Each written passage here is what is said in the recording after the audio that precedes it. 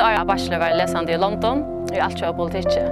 Men man var en ut av 200 föreläsare. Alltså jag tog inte på samma måte att kvar fingren upp och man var omkring syndra okäntor för läraren omkvarnon.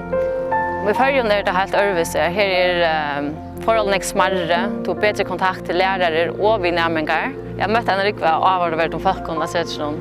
Och det man damer väldigt är att allt ur sammansättningen är så bra, att det är bara ung folk och ästen tillkommande folk. Och de tillkommande folkene har ofta goda arbetsrunter och har vi vill skapa ett samfälle, så man lär ofta sluga nek från timon som från läraren. Så för mig är ett omkvarv så männande och inspirerande.